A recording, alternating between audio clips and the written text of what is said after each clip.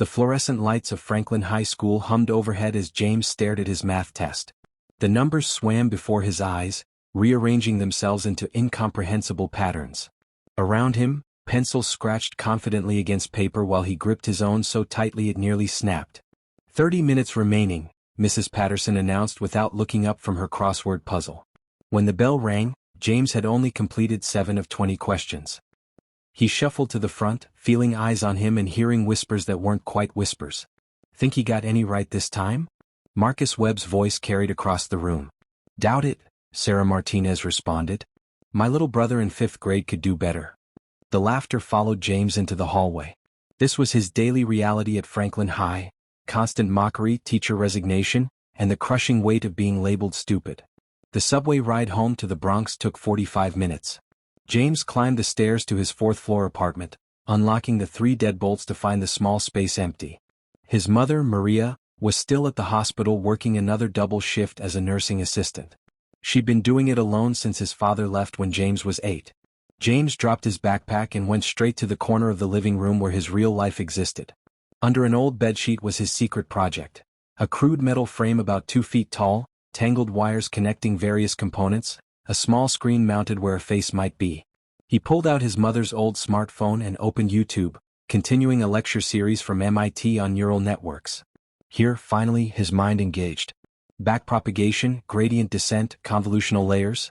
Concepts that would make most students' heads spin made perfect sense to James. This was where he came alive. Not in classrooms designed for brains that worked differently than his, but here, learning what fascinated him at his own pace. When Maria came home hours later, exhausted from her shift, she asked the question she always did: "How was school?" "It was okay," James lied, hating the disappointment in her eyes when he told the truth. She sighed, starting dinner. "I got a letter from the school today. Your English teacher says you're failing. Your history teacher says you're failing. Your science teacher." Her voice cracked. "James, what's going on? You're such a smart boy. Why can't you do it at school?" "It's different, Mom. School isn't about learning, it's about memorizing things for tests. The stuff I learn here means something. It's building towards something. But baby, you need that diploma. I don't want you to struggle like I have." "I'll try harder," James promised, though both knew it was empty. That night, after Maria went to bed, James returned to his project. He'd been working on it for 8 months, saving his lunch money to buy parts, teaching himself everything from YouTube videos and free online courses. He was building an AI robot, something that could actually learn and adapt, not just follow commands. This was his real education, his real future. He just had to make the world see it. Winter settled over New York City. Report cards came in November, a parade of Fs with a few Ds sprinkled in. James watched his mother's face crumble as she read the comments. "Doesn't apply himself. Seems disinterested in learning." What his teachers couldn't see was that James was learning more in his cramped living room than he ever had in their classrooms. His workshop had evolved. Organized shelves of salvaged parts, circuit diagrams pinned to the walls, handwritten notes about machine learning algorithms everywhere. One evening, Maria stood watching him work. "What is it you're building, Mijo?" James looked up from soldering, safety goggles perched on his nose. "An AI assistant, Mom. Not like Siri. Something that can actually learn and adapt. Something that understands context and grows smarter over time." She stepped closer, studying the contraption. "And you learned this from videos?" "Videos, articles, forums, free university courses. MIT puts their lectures online for free. I've basically been taking college courses while failing high school." He laughed bitterly. Maria was quiet, then surprised him by pulling out her wallet and handing him $40. "Mom, no. Take it. I know you've been skipping lunch. You're getting thinner. So now you'll eat lunch and buy your parts. I'll work an extra shift. Mom, you're already exhausted. And you're my son. You're working on something important. I can feel it. Let me help the only way I can." James hugged her tightly, tears in his eyes. "I promise I'll make you proud someday. You already do, baby. Every single day." The Radio Shack closing sale was bittersweet. The store had been James' go-to source for components, and the manager Mike had started setting aside broken items James could salvage. James was examining a gyroscope when he heard a familiar voice. "That's a 3-axis gyroscope. Good resolution but terrible power consumption." He looked up, startled. Sophia Chin from school stood nearby. Advanced placement classes, expensive clothes, completely different world. He'd never spoken to her directly. Yeah, James managed. Sorry, didn't mean to sound condescending. James, right? From Mr. Harrison's physics class. He was surprised she knew his name. Yeah. Sophia. What are you building that needs a gyroscope? James hesitated, but something about her genuine interest made him answer. A robot. An AI assistant with physical mobility. Sophia's eyes lit up. Seriously? What architecture are you using? Reinforcement learning or traditional programming? James blinked. You know about AI architecture? My dad's company develops automation systems. Chin Industries? I've been around this stuff my whole life. Programming since I was 10. For 20 minutes, they discussed robotics and AI with an ease James had never experienced. Sophia really knew her stuff, understood concepts he'd taught himself, could discuss different approaches, offered suggestions he hadn't considered. I lost track of time. Sophia checked her phone. But James, would you want to meet up sometime? I'd love to see what you're working on. It would be nice to talk to someone who actually gets this stuff. They exchanged numbers. Later, his phone buzzed. This is Sophia. Free tomorrow afternoon? Would love to see your lab. No pressure if that's weird. James responded, sure. But it's not really a lab. Just my apartment. Fair warning, it's not fancy. Don't care about fancy. Care about interesting. Send me the address. The next day, when Sophia arrived in a sleek black car, James felt panic about inviting someone from her world into his cramped apartment. But Sophia's face showed only excitement. You have a whole workshop in here? James, this is incredible. For 3 hours they went through every aspect of his robot. He'd started calling it ARIA, Adaptive Responsive Intelligence Algorithm. Sophia asked intelligent questions, offered suggestions, seemed genuinely impressed. This is seriously sophisticated work, she said, examining his code. Graduate-level stuff. How did you learn all this? YouTube mostly. Free university lectures. Online forums. Just figured it out? You taught yourself all this while failing classes at Franklin? The classes don't teach this. They teach memorization. This is actual learning. This could get you into MIT, Stanford. James laughed bitterly. With my GPA? No college will look at me. Then we'll make them look, Sophia said firmly. You're brilliant. You just need help showing it to the right people. I have resources you need, computing power, connections, formal education knowledge. You have raw creativity and fresh perspective. We could be an amazing team. She extended her hand. Partners? James shook it, feeling his life change direction. Partners. The partnership transformed both their lives. 3 afternoons a week, Sophia came to work on ARIA. At school, they maintained separate spheres. Sophia never acknowledged James in the hallways and he understood the social cost. But those afternoons were different. They were equals. Sophia's first major contribution was securing cloud computing access through her father's company. This changes everything, James said, logging into servers with processing power 1,000 times what his laptop could manage. With the new resources, ARIA's development accelerated dramatically. Sophia contributed formal software engineering knowledge while James brought unconventional creativity. Their different backgrounds created unexpected synergy. Some days everything clicked. Code compiled perfectly, ARIA seemed to leap forward. Other days nothing worked. This is impossible, he groaned one February afternoon. The language processing is too rigid. What if we implemented probability weighting? Sophia suggested. Multiple possible meanings adjusted by context? They spent a week implementing it. When they finally got it working, the results were stunning. ARIA could genuinely understand context, not just keywords. We did it, Sophia whispered in awe. Meanwhile, one teacher took notice. Mr. Harrison, the physics teacher, stopped James after class. I recognize when a student fails because they can't do work versus when they're not engaged. You're the latter. I know you and Sophia are working together. What are you building? James told him about ARIA. Mr. Harrison's eyebrows rose. May I see it? The following Saturday, Mr. Harrison spent 3 hours examining ARIA. This is extraordinary. But you need to document it properly, academic papers, technical specs. And James, you need to graduate. Let me help. Independent study credit for this work as a senior project. With Mr. Harrison's support, James began documenting properly. By March, they had a publication-quality technical document. This could be your college application essay, Mr. Harrison said. But James' overall situation remained dire. He was failing most classes. I don't care about graduation, James told Sophia. What matters is finishing Aria. You should care, Sophia insisted. The world still judges you by that diploma. Don't give them an excuse to dismiss you. Spring arrived with final exams. James sat through them knowing most answers were wrong. But his real focus was Aria's final integration. All the pieces existed, now they needed to work together seamlessly. They chose a Saturday evening for the full system test. Maria, Mr. Harrison, and Sophia gathered in James' small living room. Aria stood on the coffee table, sleek and functional, far from the crude frame James had started with. Inside was a dense network of circuits, motors, and processors. This is it, James said, hands trembling. Full system initialization. He pressed enter. Lights flickered across Aria's surface. Motors whirred. The screen displayed streaming code. Status check, James commanded. Silence stretched impossibly long. Then Aria spoke, clear, natural, almost human. All systems operational. Motor functions at 98%. Sensory input nominal. Neural network initialized. Good evening, James. I'm ready to learn. Maria gasped. Sophia grabbed James' arm. Mr. Harrison leaned forward, fascinated. Aria, can you tell me what you see? The camera swiveled, scanning the room. I see 4 humans.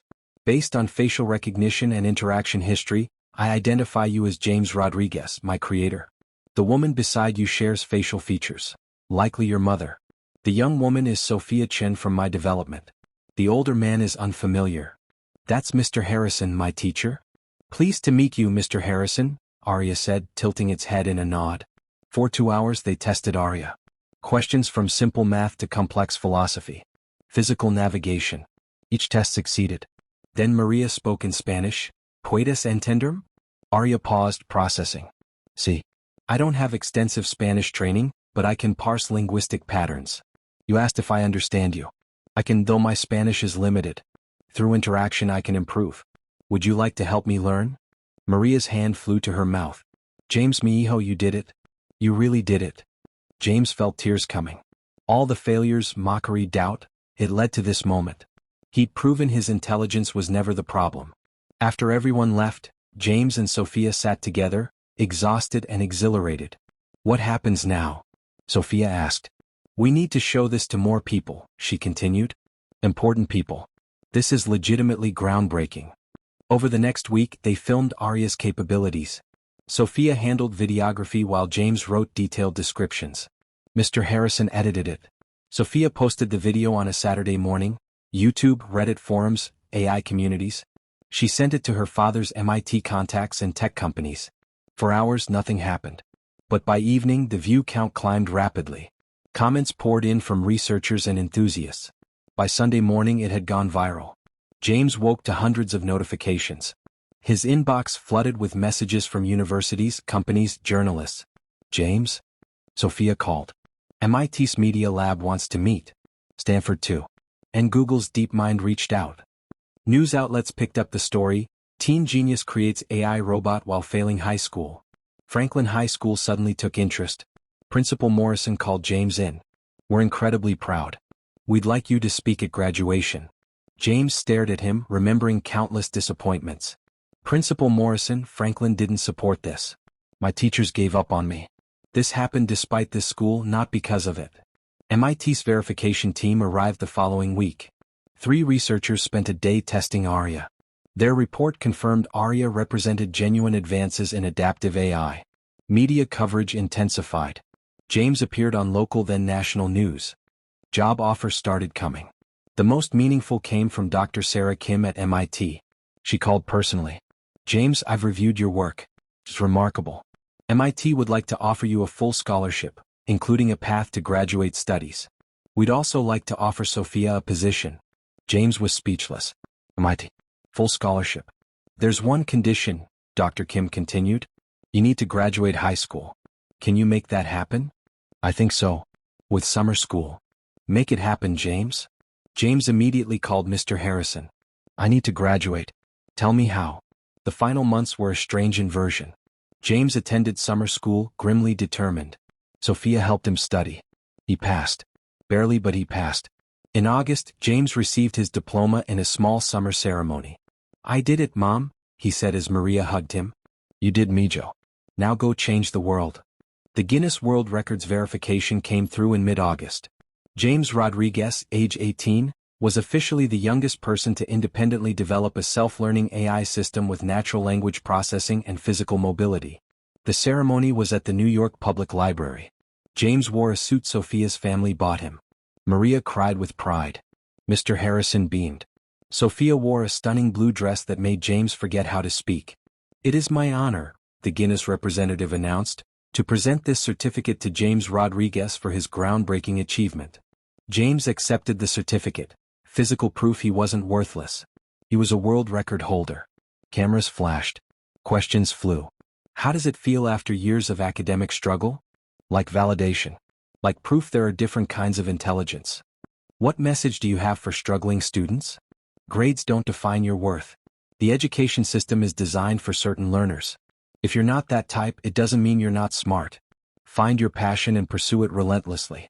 And find people who believe in you, like my mother. After the ceremony, Sophia rescued him from tedious conversations and they escaped into the summer evening. They walked through Bryant Park, the city alive with energy. "Can I ask you something?" James said. "Always." "Why did you help me?" "Really?" Sophia was quiet. "Remember Radio Shack? Everything in my life was so curated, controlled. I was suffocating imperfection. Then I met you, doing something real, genuinely passionate. That fascinated me. You fascinated me." James' pulse quickened. "Fascinated? You're brilliant in ways that have nothing to do with test scores. You're determined and passionate and never gave up." She stopped walking. "Somewhere between debugging code and watching you prove everyone wrong, I fell in love with you." James' brain short-circuited. "You, what?" "I love you, James. I have for months." "Sophia," James managed, "I've been in love with you since about the third time you came to my apartment." James kissed her, right there in Bryant Park with the city watching. When they pulled apart, Sophia said, "So we're doing this? If by this you mean dating while both at Boston universities, then yes. I was thinking more long-term than that." "Yeah. Me too." August passed in preparation and media attention. James appeared on podcasts, gave talks, continued refining Aria. September arrived. James and Sophia drove to Boston together, their belongings packed in a rental car. MIT's campus was intimidating and exhilarating. James felt old insecurities creeping back as classmates discussed perfect scores and prestigious internships. "You belong here just as much as they do," Sophia said. "More, maybe, because you actually love learning." His first semester was challenging but manageable. Professors recognized James had gaps in formal education but possessed deep practical knowledge. He struggled with theoretical coursework but excelled in hands-on projects. He did fail a class, advanced calculus. But he passed his AI ethics seminar with distinction and contributed meaningful research to his lab. Sophia visited every other weekend, and James went to New York on alternating weekends. The relationship deepened into something mature and lasting. In November, Sophia's father invited James to dinner at their Manhattan home. James was terrified, but David Chin surprised him. They spent 3 hours discussing AI development and innovation. "You remind me of myself at your age," Mr. Chin said. "Brilliant but unpolished. I like you, James. My daughter loves you and Sophia has excellent judgment. Take care of her." "I promise," James said solemnly. "And if you ever need resources for research, funding, equipment, connections, ask. Consider it an investment in innovation and my daughter's happiness." The startup accelerator in Cambridge became James' second home. He continued developing Aria's capabilities. The robot could now engage in extended conversations, learn new tasks through demonstration, and express something resembling preferences. Tech publications featured articles about Aria. Other researchers began building on James' open-sourced code. As his first year progressed, James found his rhythm. He might never have perfect grades, but he was making real contributions. He published his first peer-reviewed paper, with Sophia as co-author, on adaptive learning algorithms. But the most meaningful validation came from an unexpected source. An email from a high school student in Detroit named Marcus who was failing most classes. "I saw your story," the email read. "You showed me there are different ways to be smart, that school grades don't determine worth. Because of you I didn't give up. I started teaching myself programming. I just wanted you to know your story mattered." James read it 3 times, then responded immediately with encouragement and resources. He began corresponding with dozens of struggling students. "You're becoming a role model," Sophia observed. "I just remember what it felt like. James said quietly. Being told you're not good enough. If I can help even one kid avoid that pain, it's worth it. The years at MIT passed in a blur of research, innovation, and growth. James never became a straight-A student, but he became something more important. A recognized innovator reshaping how people thought about AI and learning. Sophia graduated from NYU with honors and joined a robotics firm in Boston. They moved in together in Cambridge, combining their lives as naturally as they'd combined their work on Aria. Aria had evolved far beyond the prototype. Now in its fourth generation, the AI-powered educational systems in underserved schools across the country, helping students who struggled with traditional instruction. James had structured his company, Adaptive Intelligence Systems, as a public benefit corporation, ensuring profit never came before educational mission. You could be a billionaire if you'd commercialize properly, Mr. Chin told him. I have enough, James responded. This way, kids like I was can access technology that might change their lives. By his fourth year, James was working on his doctorate while running his company. He'd failed several classes over the years, but those failures taught him resilience. He'd learned to ask for help, to recognize that intelligence came in many forms. On a Saturday evening in October, 5 years after Radio Shack, James took Sophia to their apartment building's rooftop. The Boston skyline spread before them. Do you remember when you asked me what I was building that needed a gyroscope? James said. Sophia laughed. How could I forget? That was the day my life changed. Mine too. James took her hands. You believed in me when I couldn't believe in myself. You saw potential everyone missed. You've been my partner, my collaborator, my best friend, and the love of my life. He pulled out a small box, hands trembling. Sophia Chin, will you marry me? Sophia's eyes filled with tears. I have been waiting years for you to ask. Yes. Absolutely yes. They were married 6 months later in a garden in Queens. Maria cried through the ceremony. Mr. Chin gave a surprisingly emotional speech. Mr. Harrison, who officiated, spoke about how their partnership had literally changed the world.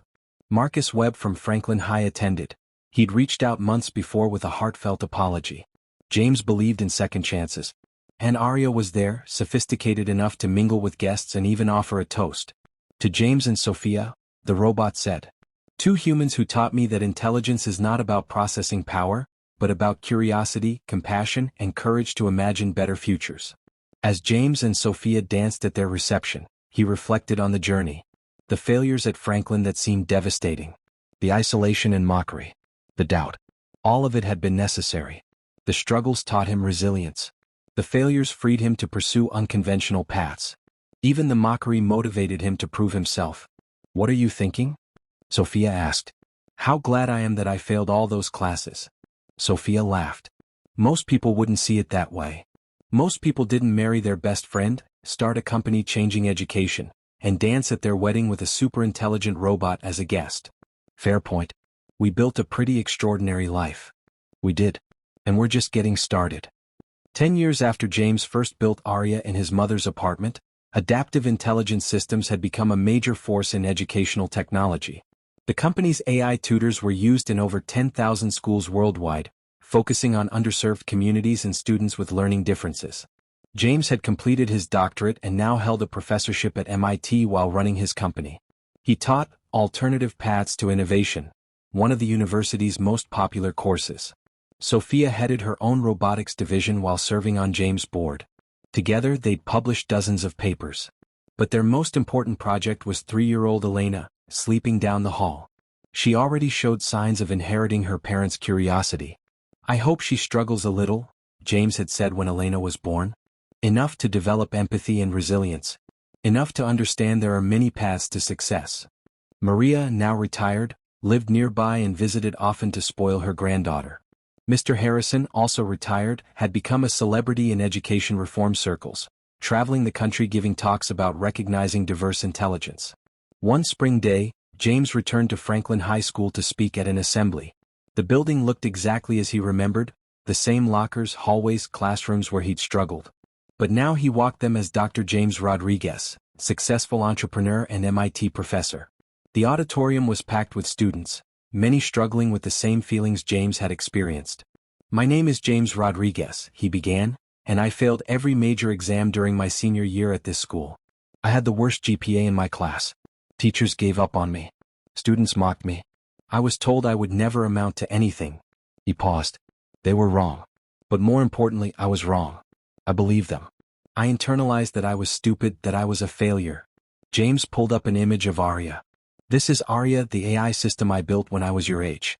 I built it in my apartment using trash parts and free online courses.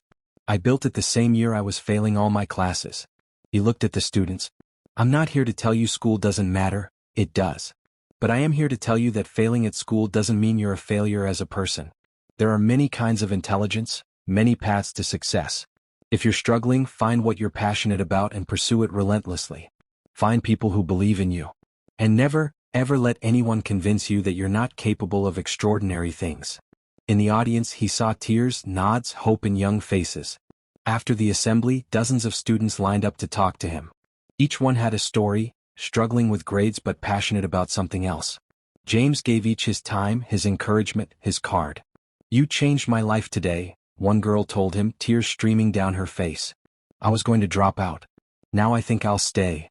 As James drove back to Boston that evening, Sophia called. How did it go?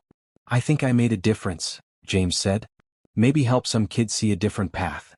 That's all we can do, Sophia said. Change the world one person at a time.